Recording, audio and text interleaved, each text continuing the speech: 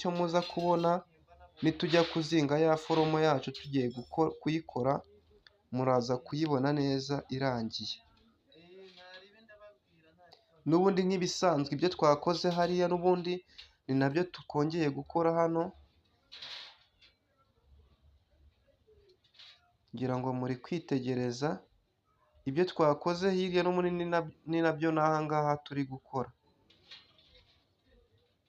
Ubareranya hariya hagati na hagati, ngira ngo ubundi imirongo uburyo iba ibusanye iba yakoze akantu kameze nka mpande enye ariko igenda inyuranamo. Uko inyuranamo rero wowe biraza kuguha igipimo uza gukoresha uri kuzinga iforomo yawe, aricyo cy'iki mubona tumaze gukora.